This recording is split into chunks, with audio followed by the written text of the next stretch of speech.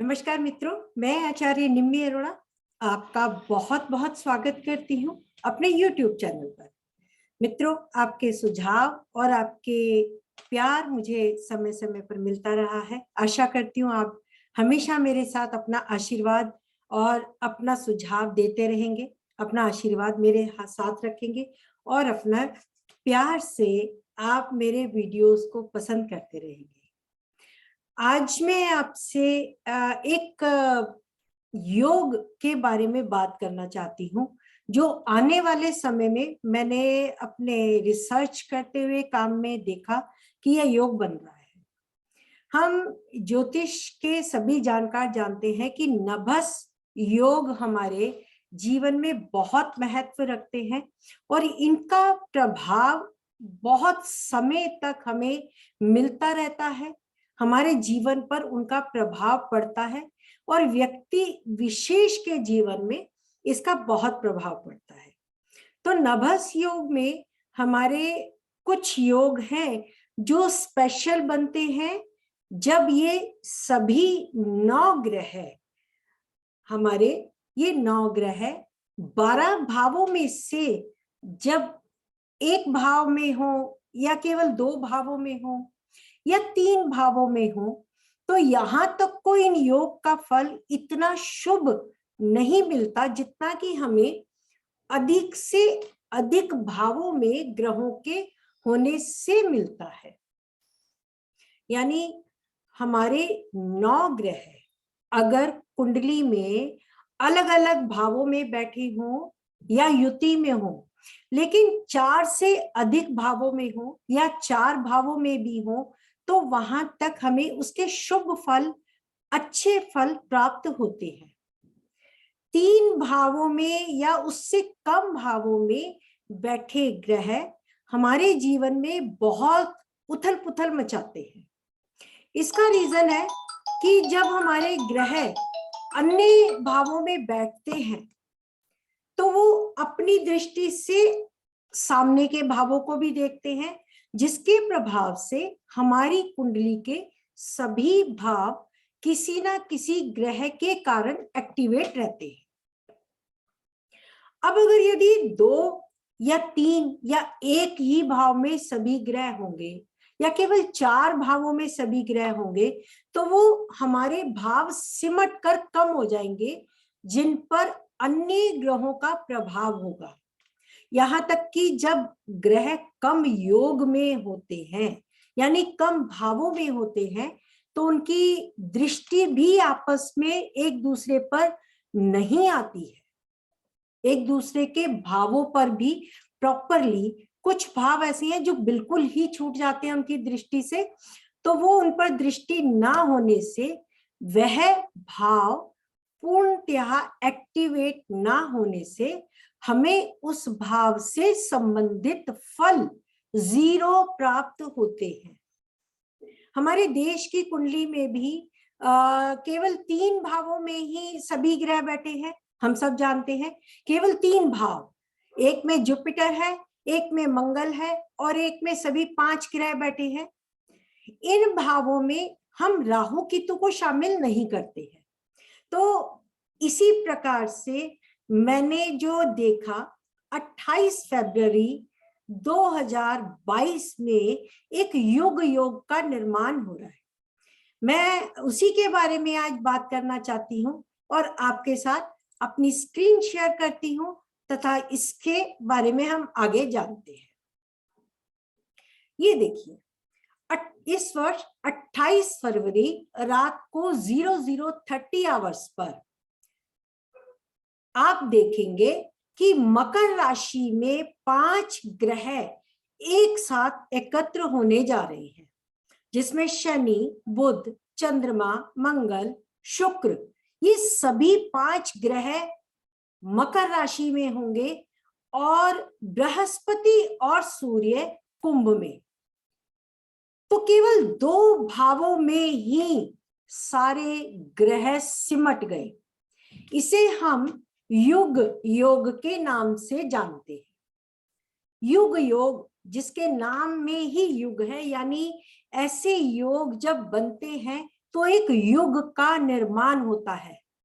कोई ऐसी घटना जिसे युगों तक याद रखी जाए, या इस युग में जिनका जन्म हुआ हो, ऐसे व्यक्तियों को लोग युगों युगों तक याद रखें, क्योंकि यह योग एक क्रूरता और अच्छे योगों में नहीं गिना जाता।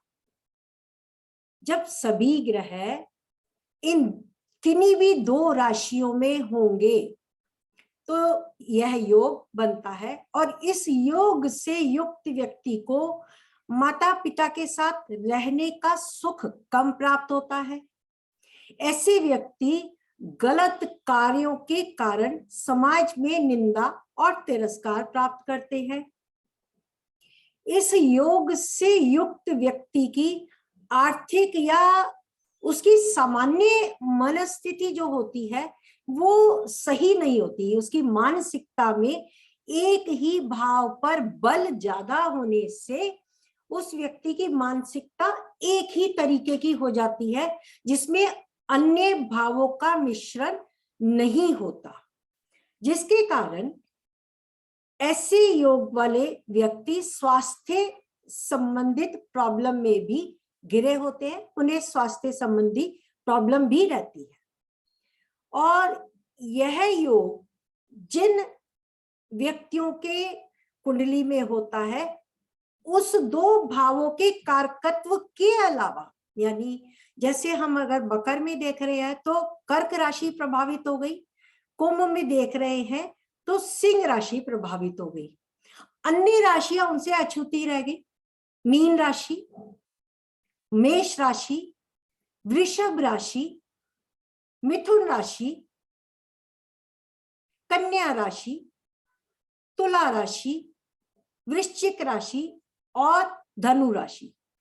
अब इन राशियों पर यदि किसी ग्रह की 5वीं 9वीं दृष्टि भी ना हो, या चौथी 8वीं दृष्टि भी ना हो, 10वीं और तीसरी दृष्टि भी ना हो, ऐसे भाव बिल्कुल भी जीरो साबित होते हैं। फल देने में उनका जो रिजल्ट रहता है, परिणाम रहता है, उन भावों से संबंधित ग्रहों का केवल युति संबंध कार्य करता है, और वह भी शत्रुता और मित्रता के आधार पर। इसलिए यह योग पूर्णतया पूरे फल व्यक्ति को नहीं देता, और व्यक्ति का माइंडसेट केवल दो भावों पर अधिक होता है, और डिपेंड करता है इसके परिणाम कि यह कुंडली के कौन से दो भाव होंगे। पहला दूसरा, दूसरा तीसरा, तीसरा चौथा, चौथा पांचवा, पांचवा छठा, छठा सातवां, सातवां आठवां, आठवां नौवां, या नौवां दसवां, या दसवां ग्यारहवां, या ग्यारहवां बारहवां। यानी व्यक्ति का जन्म जिस समय पर होगा उसके अनुसार यह योग उसके उन भावों पर पड़ेगा, और वही दो भाव ज्यादा बली हो जाएंगे जो उसके सामने वाले हैं।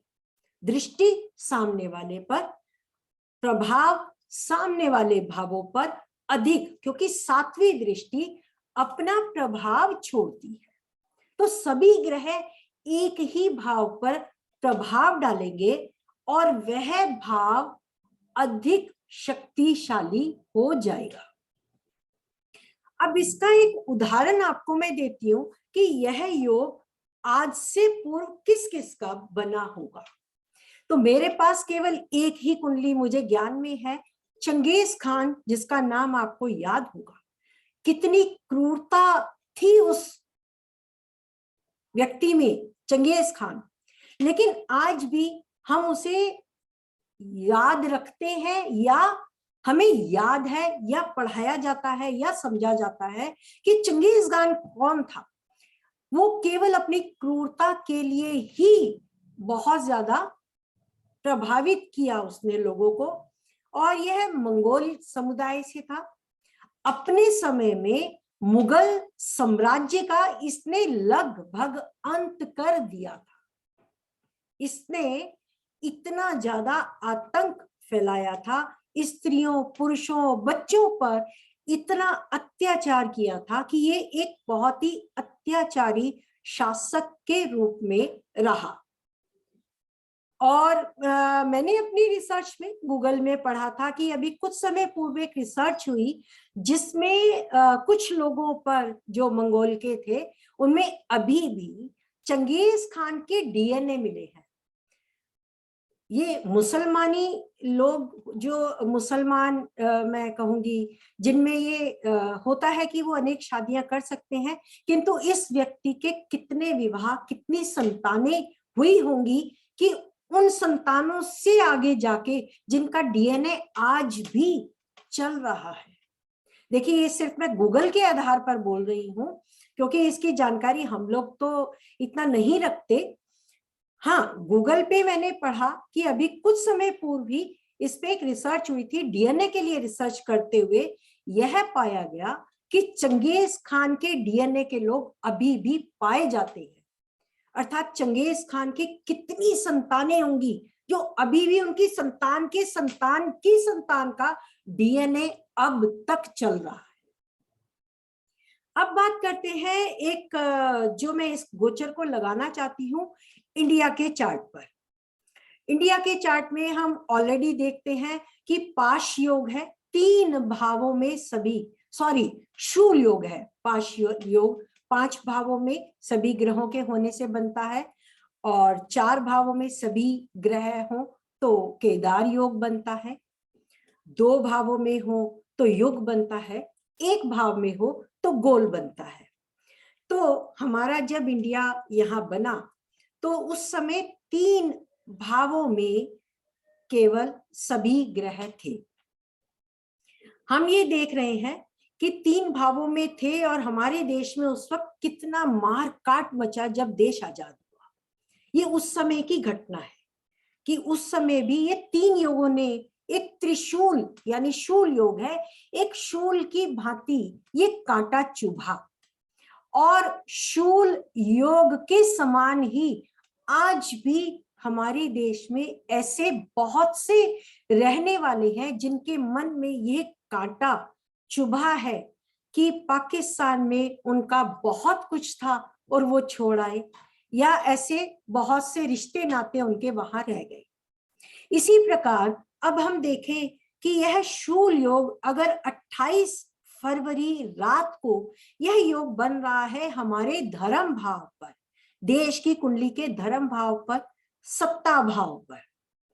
एक शुभ बात जो अच्छी मैं कहूंगी कि हम चंगेज खान के उसमें देखें तो जुपिटर जो था वो उसके सभी भावों में, जहां सभी ग्रह बैठे थे, 6 ग्रह उनमें शामिल था, सूर्य शामिल था। और हम अब देख रहे हैं तो हमारे इस चार्ट में सूर्य और बृहस्पति यह कुंभ में है, इसमें केवल चंद्र और मंगल शामिल है। तो मंगल उच्च का होके धर्म भाव पर स्वराशि के शनि के साथ और चंद्रमा के साथ, शुक्र के साथ यह योग बना रहा है। तो मैं ये कहूंगी कि हमें 28 फरवरी पे, यानी चुनाव का समय है, 7 स्टेट्स में चुनाव होने जा रहे हैं।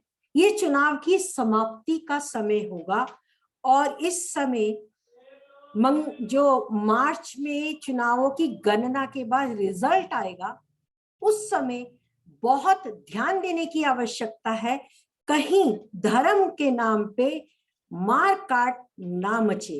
मंगल उच्च का और हमारे सभी ग्रह जो कुंडली के 5 भावों में बैठे हैं, सूर्य को छोड़कर उन सभी का आपस में दृष्टि संबंध भी यहां बन रहा है। तो पाकिस्तान में भी देखें, वहां भी आजकल बहुत हलचल है।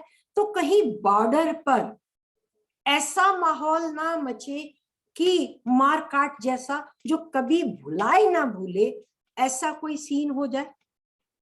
मुझे लगता है कि इस समय हमें देश की सुरक्षा पर बहुत ज्यादा ध्यान देना चाहिए। ये मेरी रिक्वेस्ट रहेगी कि सभी लोग इस बात पर विचार करें क्योंकि सत्ता का सलाहकार सूर्य और बृहस्पति न्याय की राशि में, कुंभ राशि में बैठा है, दंड की राशि में। यानी सत्ता पक्ष की ओर से कोई बहुत बड़ा कदम उठाया जाएगा शत्रु के लिए, शत्रु सीमा पर आक्रमण के लिए।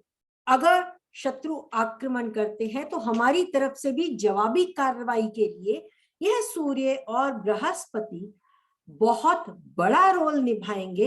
लेकिन आंतरिक दृष्टि से जो चुनावों के मद्देनजर, चुनावों के समय पे धर्म के नाम पर कृपया कोई भी ऐसा वक्तव्य ना दिया जाए आम जनता की ओर से भी, और ऐसी बात ना की जाए जिसके लिए हमारे देश में कोई बहुत बड़ी त्रासदी हो। मंगल का यहाँ होना, शनि और मंगल का किसी झगड़े का कारक, धर्म स्थान पर, पिता और गुरु के स्थान पर इनके सभी ग्रहों का होना, और चंद्र शुक्र यानी स्त्री पक्ष और बुध राजकुमार छोटे बच्चे, इन सब का विशेष ध्यान रखा जाए। स्त्रियों को, बच्चों को, लड़कियों को ये बहुत ध्यान रखें, क्योंकि कहीं हमारे देश में फिर से कोई निर्भया कांड ना हो, इसका भी बहुत ध्यान रखने की आवश्यकता है। जब शनि और शुक्र एक साथ हो, शुक्र और चंद्रमा भी साथ हो, तो इन बातों का विशेष ध्यान रखना चाहिए।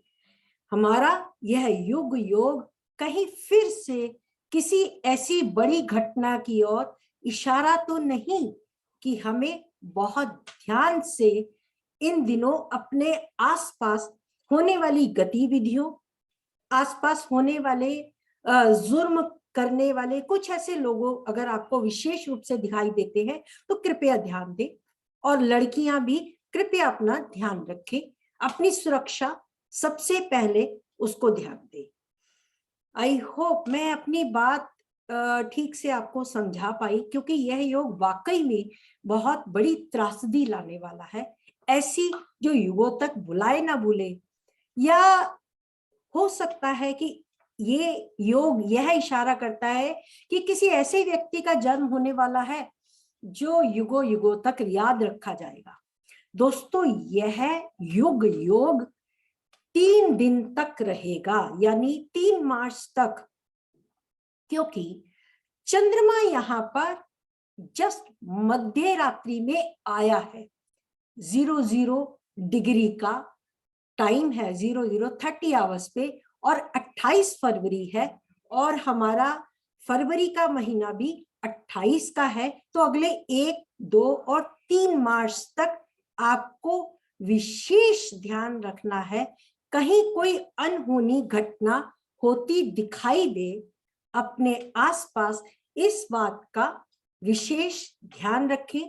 अग्निजनित घटनाएं, दुर्घटना, अचानक से घटने वाली, आग से रिलेटेड, भीड़ से रिलेटेड, और धर्म के नाम पर होने वाले झगड़ों से रिलेटेड अगर आपको कोई भी अंदेशा दिखता हो या आपको कहीं होता दिखे, तो आप अपना अच्छे नागरिक का एक निभाए रोल और पुलिस को इन्फॉर्म जरूर करें।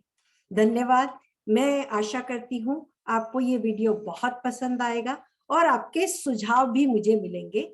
धन्यवाद। Thank you so much.